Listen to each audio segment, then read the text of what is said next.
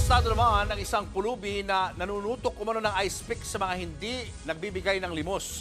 Itinanggi naman ng suspect ang paratang. Nasa frontline ng balitang yan si Gary De Leon.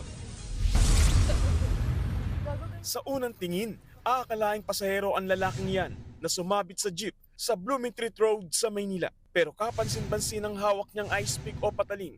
Ang kanyang pakay, mamalimos sa mga pasahero ng jeep. Hindi na nakunan ng video pero ayon sa mga pulis, kapag hindi binigyan ng limos ang suspect, dito na siya nanunutok ng ice pick sa mga pasahero. Halos mga babae rin daw ang target nito. Ang eksenang yan, viral matapos i-post ng ilan sa mga pasahero. Agad namang tinugis ng mga pulis ang nasabing lalaki. Dito na naaresto ang 23 anyos na suspect. Na-recover din sa kanya ang ice pick na dala niya sa video.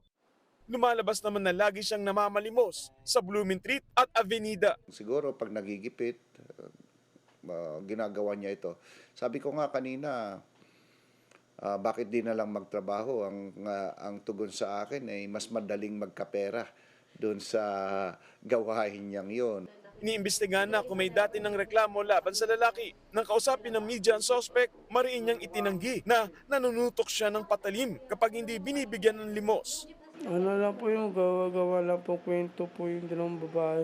Para sira lang po. Giit pa niya, hindi kanya ang ice pick. Nakuha ko na sa labong jeep. Dala niya lang daw ito lagi para maging ganti sa hinahunting na driver na dating nanakit sa kanya. Gusto ko pong gantihan para patay. Bakit ano pong ginawa sa inyo yung driver dati? Nasigatan po ang paa. Ang tagal ko na po naanting po. Para nakaganti po. Maharap sa kasong illegal possession of braided weapon ng suspect.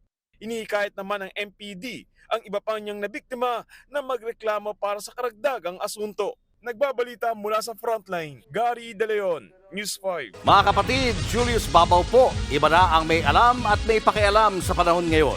Para sa frontline ng mga balita, mag-follow at mag-subscribe sa social media pages ng News 5.